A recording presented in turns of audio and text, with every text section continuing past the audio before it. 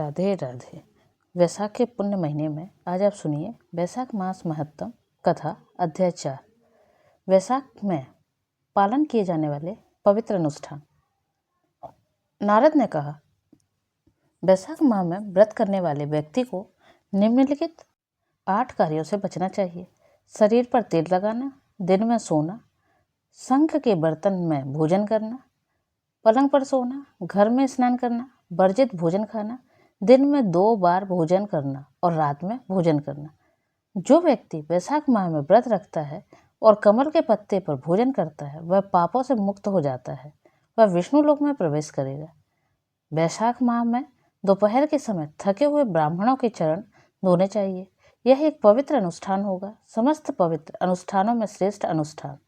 यदि कोई ब्राह्मण पैदल यात्रा में से थककर दोपहर में किसी के घर आए और आप उस ब्राह्मण को सुंदर आसन पर बैठाकर उसके चरण धोएं और उस जल को अपने सिर पर छिड़कें तो उसके संसार के सभी बंधन टूट जाएंगे। यह निश्चित ही गंगा और अन्य सभी तीर्थों में स्नान करने वाले के समान है। जो व्यक्ति वैशाख माह में स्नान नहीं करता, जो व्यक्ति पलाश के पत्ते पर भोजन किए बिना वैशाख माह गुजारता है, वह पहले गधे के रूप में और फिर खच्चर के रूप में पुनर्जन्म लेगा। यदि कोई स्वस्थ, बलवान और रोग रहित पुरुष वैशाख माह में घर में स्नान करे तो वह चांडाल स्त्री के गर्भ में पुनर्जन्म प्राप्त करेगा। हे महाराज, यदि कोई व्यक्ति वैशाख माह में जब सूर्य मेष राशि में हो बाहर अर्थात नदियों, झीलों आदि में स्नान न करे तो वह 100 बार कुत्ते के रूप में जन्म लेगा। वैशाख माह में निर्धारित स्नान और दान न करने पर व्यक्ति निसंदेह भूत हो जाएगा। वैशाख माह से संबंधित पवित्र अनुष्ठानों का पालन न करने से व्यक्ति पतित हो जाएगा। जो लालची व्यक्ति वैशाख माह में जल और पका हुआ भोजन अर्पित नहीं करता, उसके पाप और दुख कभी नाश नहीं होते, इसमें कोई संदेह नहीं है।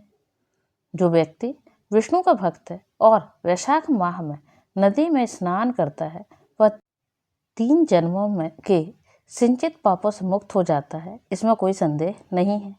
यदि कोई व्यक्ति सूर्योदय के समय किसी ऐसी नदी में स्नान करता है जो समुद्र में गिरती है, तो वह उसी क्षण 7 जन्मों में अर्जित पापों से मुक्त हो जाएगा। गंगा, ब्रह्मगंगा, कालिंदी, सरस्वती, कावेरी, नर्मदा और वेणी, इन सभी को 7 गंगा के रूप में महिमा मंडित किया गया है। जो व्यक्ति सुबह सवेरे इन 7 गंगाओं में से किसी एक में स्नान करता है तो वह 1 करोड़ जन्मों के कर्मों से मुक्त हो जाता है, इसमें कोई संदेह नहीं है। जो व्यक्ति वैशाख माह के सुबह प्राकृतिक जल भंडारों में स्नान करता है, वह जन्म से लेकर अब तक किए गए सभी पापों से मुक्त हो जाता है, इसमें कोई संदेह नहीं है। जो व्यक्ति वैशाख माह के आगमन पर सुबह कुओं में स्नान करता है, उसके बड़े पाप नष्ट हो जाते हैं। यह निश्चित है कि गंगा सहित सभी नदियां बाहर जल पात्रों में विद्यमान हैं, भले ही वे गायों के खुरों से बने गड्ढों के समान छोटे ही क्यों ना हो। जो इस बात को समझ लेता है उसे सभी तीर्थों से अधिक लाभ प्राप्त होता है। हे महाराज, जिस प्रकार दूध जल में श्रेष्ठ है, दही दूध से श्रेष्ठ है और घी दही से श्रेष्ठ है, उसी प्रकार कार्तिक माह अन्य माहों से श्रेष्ठ है, माघ माह कार्तिक माह से श्रेष्ठ है और वैशाख माह से श्रेष्ठ है। उस माह में किया गया पवित्र अनुष्ठान बरगद के छोटे से बीज की तरह एक विशाल वृक्ष बन जाता है। मनुष्य धनी हो, अत्यंत गरीब हो या आश्रित हो, उसे जो भी वस्तु प्राप्त हो, चाहे वह कंद हो, जड़ हो, फल हो, सब्जी हो, नमक हो, गुड़ हो, बेर हो, पत्ता हो, पानी हो या छाछ हो, उसे ब्राह्मण को दे देना चाहिए। इससे असीम लाभ होता है। मनुष्य को कभी कहीं से भी कुछ नहीं मिलता जब तक कि उसने पहले दान ना किया हो, यहाँ तक कि ब्रह्मा सहित देवताओं से भी नहीं। जिसने कभी दान नहीं दिया वह दरिद्र हो जाएगा। दरिद्रता के कारण वह पाप करता है, पाप के कारण वह नरक में गिरता है। इसलिए जो सुख की कामना करता है उसे दान अवश्य देना चाहिए। जिस प्रकार सभी सुख सुविधाओं से युक्त घर भी माल संपत्ति से रहित होने पर भव्य नहीं माना जाता, उसी प्रकार सभी महीनों में किए गए पवित्र अनुष्ठान और धार्मिक अनुष्ठान भी व्यर्थ हो जाते हैं यदि वैशाख माह में व्रतों का पालन न किया जाए। किसी कन्या में भले ही सभी अच्छे गुण और विशेषताएं हों, फिर भी यदि उसका कोई जीवित पति ना हो तो उसमें कामुकता की भावना नहीं होती। उसी प्रकार कोई पवित्र अनुष्ठान सभी सहायक तत्वों सहित प्रत्येक विवरण में परिपूर्ण हो सकता है, लेकिन वे जानते हैं कि यदि उसमें वैशाख प्रतिज्ञाओं का अभाव हो तो वह व्यर्थ है।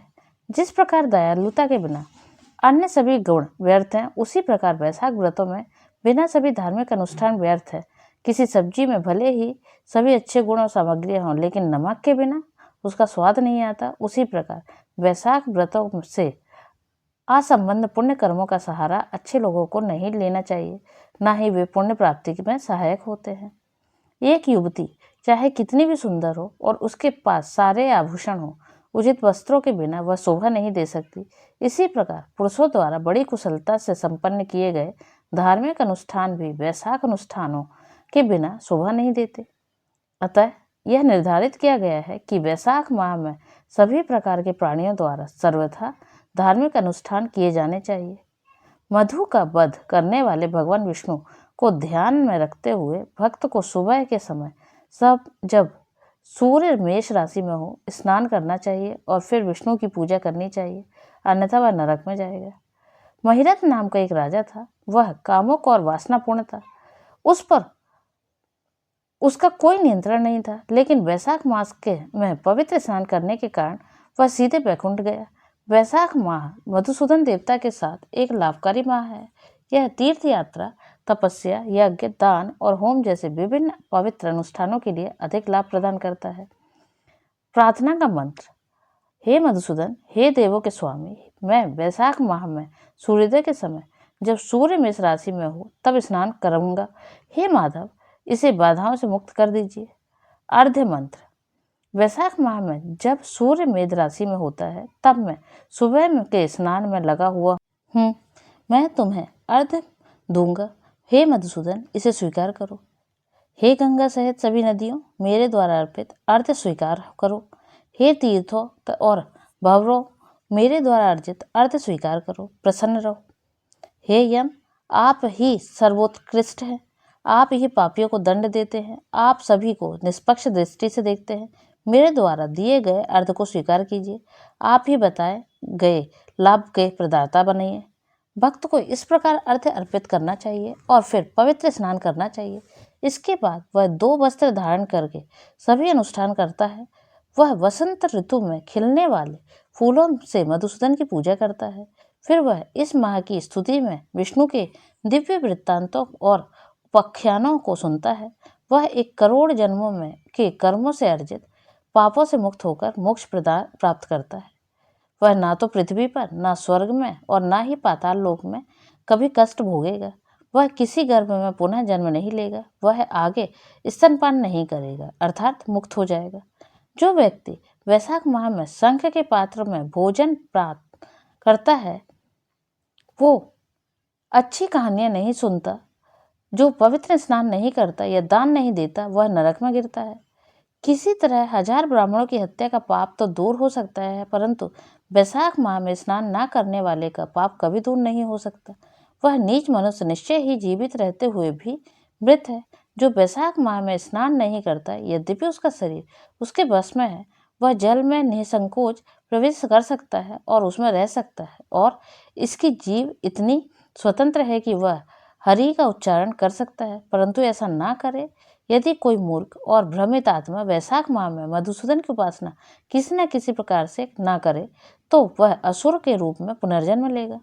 जो वैशाख मास में तुलसी के पत्तों से मधुसूदन की उपासना करता है, वह सम्राट बनेगा और करोड़ों जन्मों तक सुख भोगेगा। इसके बाद वह अपने परिवार के 1 करोड़ सदस्यों सहित विष्णु के साथ सायुज्य प्राप्ति कर सकता है। भक्त विभिन्न भक्ति मार्ग में से विष्णु की सगुण और निर्गुण गुणों सहित या बिना गुणों के सेवा करेगा। वह मन को किसी और चीज पर केंद्रित किए बिना सदा विष्णु का ध्यान करेगा। इति स्कंद पुराण अंतर्गत वैशाख मास महत्तम कथा अध्याय 4 संपूर्ण।